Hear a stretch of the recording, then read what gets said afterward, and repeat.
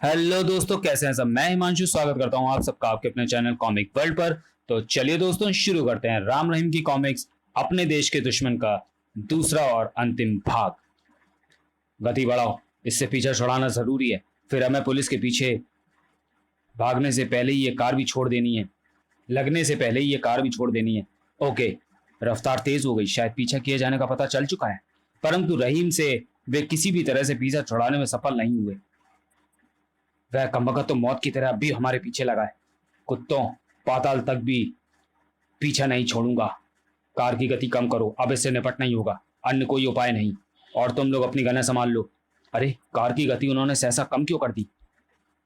धाए धाए, टायर का निशाना लो। धाए धाए। जेके, वह मोटरसाइकिल से चिपक गया है, गोलियां बेकार जा रही हैं। चलाओ और चलाओ, मुझ पर कोई फर्क नहीं पड़ने वाला। और उन्होंने हार कर मोटरसाइकिल के टायर का निशाना लिया। धाए धाए, फटाक। अरे बाप रे! और वे मोटरसाइकिल का टायर बस्ट करने में सफल हो गए। टायर के फटते ही मोटरसाइकिल बेकाबू हो गई और शाबाश, सत्यानाश उस सालों का। उफ! लेकिन साहसी रहीम चोटों की परवाह ना करता हुआ जल्दी से उठ खड़ा हुआ। कमबख्त चोट देकर निकल ही गए।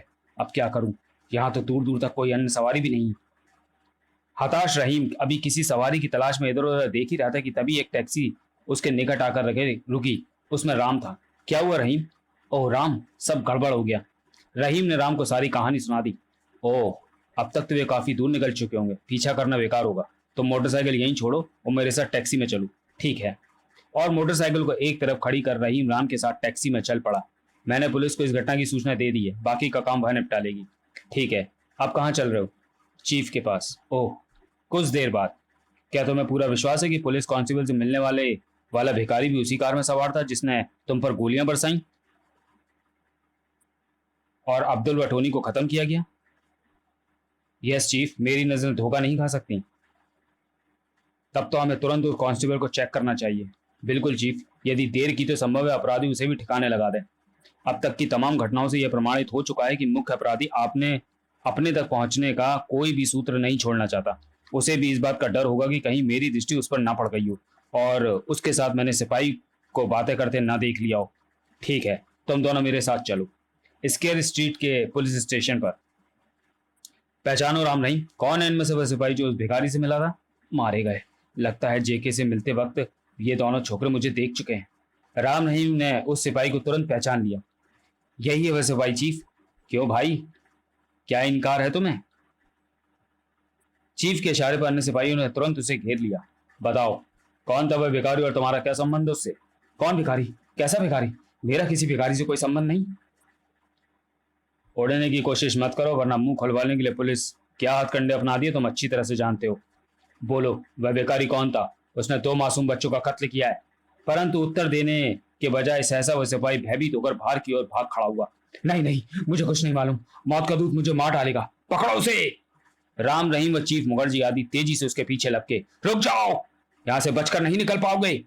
लेकिन वह रुका नहीं। सीढ़ियों पर से होता हुआ वह इमारत की तिमंजिली छत पर जा पहुंचा। अब कहां जाओगे बचकर? भलाई इसी में है कि सब कुछ बता दो। नहीं। उफ, अब क्या करूं? भागने का कोई रास्ता नहीं। चीफ मुखर्जी उसे पकड़ने के लिए आगे बढ़े, लेकिन पीछे मत हटो वरना संभलो, मर जाओगे मूर्ख। नहीं नहीं। और सिपाही तीसरी मंजिल से नीचे लुढ़कता चला गया। आई! बहुत बुरा हुआ, बचने की उम्मीद नहीं। यह सूत्र भी हाथ से निकल गया। सभी नीचे पहुंचे। सिपाही की लाश के इर्द गिर्द काफी भीड़ एकत्रित हो चुकी थी। अरे, ये गिर कैसे पड़ा छत से? गिरा नहीं, बल्कि खुदकुशी की है। हाँ, मैंने भी अपनी आंखों से देखा है। He is dead sir. उसी भीड़ में। निकल चलो, ये लफड़ा अपने आप ही खत्म हो गया। हमें इसे ठिकाने लगाने की जरूरत ही नहीं पड़ी। ठीक है चलो, उन छोकरों की निगाहों में आना भी हमारा ठीक नहीं। चीफ मुखर्जी के साथ राम रहीम पुनः सीक्रेट सर्विस के ऑफिस में पहुंचे। तब सांझ ढल चुकी थी। इस सिपाही की मौत के साथ ही अपराधियों के सरगने तक पहुंचने के तमाम रास्ते फिर बंद हो गए। जी हाँ, लेकिन कुछ मालूमात जरूर हो गई। सिपाही के मुंह से मौत का दूत नाम निकला था। शायद इसी नाम से वह अपने दल में विख्यात हो। वाह, इस तरफ तो मैंने ध्यान ही नहीं दिया। यही नहीं चीफ, मेरी नजरों में उसके कुछ आदमी भी आ चुके हैं। यदि उनमें से कोई भी मेरी नजरों में आ गया तो उसे पहचानने में धोखा नहीं खाऊंगा। वह तो ठीक है राम, लेकिन प्रश्न ये उत्पन्न होता है कि फिलहाल तुम आगे बढ़ने का कौन सा तरीका अपनाओगे? कोई ना कोई तो उपाय करूंगा ही चीफ, लेकिन आपको ये कार जल्द से जल्द अंजाम देना होगा। हाँ हाँ कहो। आप शीघ्र शीघ्र से शीघ्र जरायम पैरों में लगे छोकरों को पकड़ने का अभियान तेज कर दें। जरायम पेशे में लगे छोकरों को पकड़ने का अभियान तेज कर दें। हो सकता है मौत का दूत घबराकर अपने बिल से बाहर निकल आए। ठीक है, मैं आज ही पुलिस कमिश्नर से मिलकर इस अभियान को तेजी से आरंभ करवाता हूँ। फिर आवश्यक बातचीत करने के पश्चात राम रहीम चीफ से विदा लेकर वापस लौट पड़े।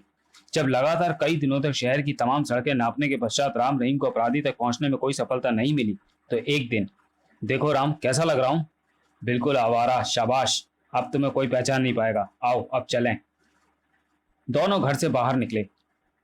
जब अब तो तुम तो तुम भी कुछ कम नहीं रहे हो, लेकिन मुझे आश्चर्य है कि आखिर आज तुम हुलिया बदल कर कहाँ जा रहे हो? शिकार की तलाश में। और मोटरसाइकिल पर सवार हो वे दोनों एक तरफ बढ़ चले। बेकार है, 4-5 दिन से कोई भिखारी छोकरा भीख मांगता पूरे शहर में हमें दिखाई नहीं दिया, फिर आज कहाँ से मिल जाएगा? लगता है अपराधी चौकन्ना हो गया है और उसने ये काम बंद कर दिया है। यही सोचकर तो आज मैंने यह वेश बदला है। इस वेश में अपराधी हमें नहीं पहचान पाएगा, जबकि हम उसे आसानी से पहचान लेंगे। मैं कुछ समझा नहीं, आखिर तुम कहना क्या चाहते हो? अब हम ऐसे छोकरों की तलाश करेंगे जो पॉकेट मारी, जंजीर झपटने, नकली शराब बेचने व चरस गांजे आदि के धंधे में लगे। वाह, आइडिया तो तुम्हारा अच्छा है। और दोनों जरायम पेशे में लगे छोकरों की तलाश में निम्न श्रेणी के होटलों, बदनाम अड्डों व गलियों के चक्कर काटने लगे। जब चक्कर काटते काटते दोपहर हो गई तो राम ने शहर के एक बदनाम इलाके में एक साधारण से होटल के सामने मोटरसाइकिल रोकी। जरीना, अब तक की सारी भागदौड़ बेकार ही रही। कोई बात नहीं, आओ पहले कुछ खा पी लें, फिर कोशिश करेंगे। दोनों होटल में प्रविष्ट हुए। आओ आओ बाबू, जो भी खाना पीना चाहोगे वही मिलेगा। तो फिर भेजो कुछ बढ़िया खाने और पीने को। अभी लो बाबू, ऐसी शराब पूरे शहर में कहीं नहीं मिलेगी। हाँ, ये तो खाने को देखने से ही मालूम हो रहा है। खाना बिल्कुल घटिया दर्जे का था, जिससे रहीम चिढ़ गया था। तभी एक व्यक्ति भीतर प्रविष्ट हुआ। अरे जग्गू, ओ आप। उसे देखकर राम मनी मन चौंक उठा। मालिक को साथ लेकर वह व्यक्ति होटल के भीतरी हिस्से में चला गया। जल्दी बाहर चलो। क्यों, क्या हुआ? क्या हुआ बाबू? रहीम ने कुछ पूछना चाहा, लेकिन राम का इशारा पाकर वह खामोश हो गया। ऐसी घटिया शराब और खाना हमें नहीं चाहिए। इसे ले जाओ और पकड़ो अपने पैसे। यार फूटो भी, अब दाम तो मिल ही गए। फिर दोनों होटल से बाहर निकलाए। आखिर ये तुम्हें अचानक हुआ क्या? तुमने उस आगंतुक को पहचाना नहीं? नहीं, लेकिन मेरी नजरें धोखा नहीं खा सकती। वह वही भिखारी था जिसने इस लेकिन इस समय शानदार सूट में। क्या? बौखलाओ मत और शांति से मेरी बात सुनो। कुछ देर बाद वह जरूर बाहर निकलेगा और तुम्हें सब कुछ। फिर राम ने उसे कान में धीरे धीरे कुछ समझाने लगा। सब कुछ समझाने के बाद, सब कुछ ठीक तरह से समझ गए ना तुम? हाँ, तुम निश्चिंत रहो। लेकिन क्या तुम मेरे पीछे नहीं रहोगे? नहीं, यदि उसे संदेह हो गया तो फिर सारे किए धरे पर पानी फिर जाएगा। यह कार अकेले तुम्हें ही अंजाम देना होगा। हाँ, वॉच ट्रांसमीटर द्वारा मैं बराबर तुमसे संपर्क बनाए रखूंगा। अब मैं मोटरसाइकिल लेकर चलता हूँ ताकि उसे किसी प्रकार का संदेह ना होने पाए। ठीक है, जैसा तुम मुझे समझो। और राम मोटरसाइकिल लेकर होटल से दूर निकल गया। सहसा एक स्थान पर उसने मोटरसाइकिल रोकी। जब तक रहीम को योजना के प्रथम चरण पर सफलता न मिल जाए, मुझे उस पर नजर रखनी चाहिए। और मोटरसाइकिल वहीं खड़ी कर राम पुनः होटल की ओर चल पड़ा।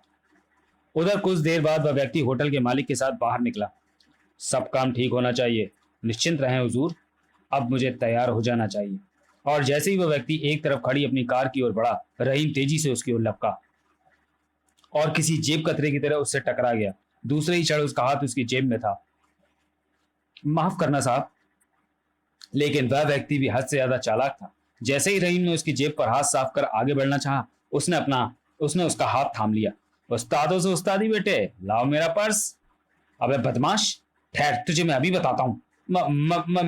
होटल के मालिक ने जाते ही रहीम के 2-4 हाथ जड़ दिए। ससुरे, हमारे इलाके में हम ही पर हाथ साफ करता है। रहने दो जग्गू, इसे पुलिस के हवाले कर देना ही ठीक रहेगा। नहीं नहीं, मुझे माफ कर दीजिए साहब, पुलिस के हवाले ना कीजिए। नहीं, कोई माफी नहीं, चलो मेरे साथ। क्यों? पुलिस का नाम सुनते ही फूंक सरक गई और रहीम के काफी गिड़गिड़ाने के बावजूद भी वह उसे पकड़कर अपनी कार की ओर बढ़ चला।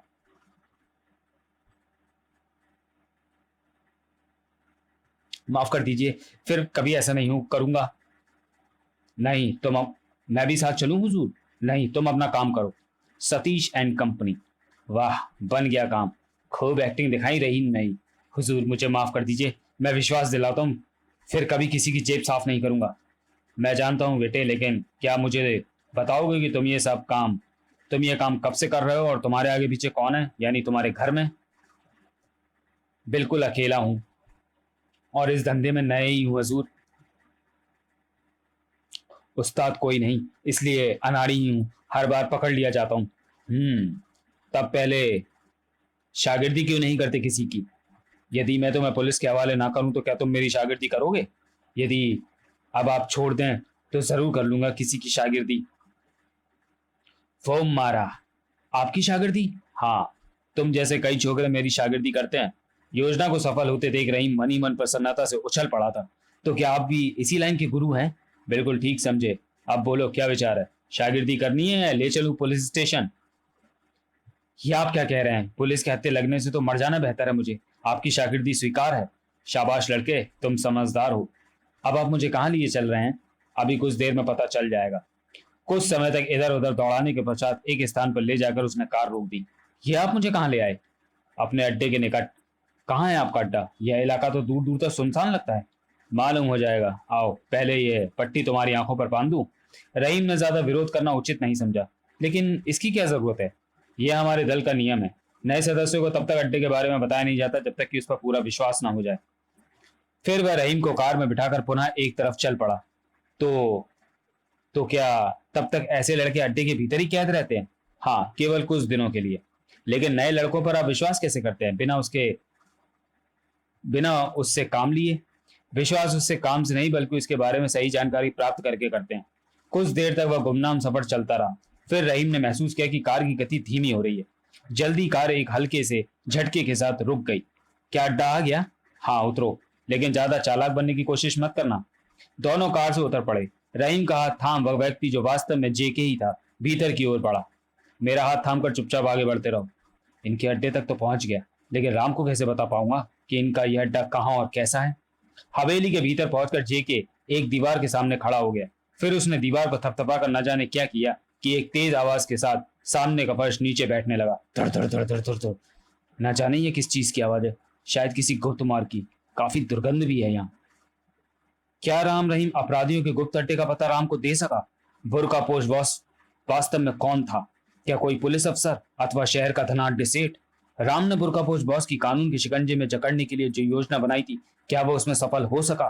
क्या मौत के दूत की एजेंट सलमा मिलिट्री के सीक्रेट पेपर उड़ा पाने में सफल हो सकी? इन प्रश्नों का उत्तर जानने के लिए इंतजार कीजिए मनोज कॉमिक्स के आगामी कॉमिक्स यम के बेटे का अगले वीडियो में। तब तक के लिए धन्यवाद।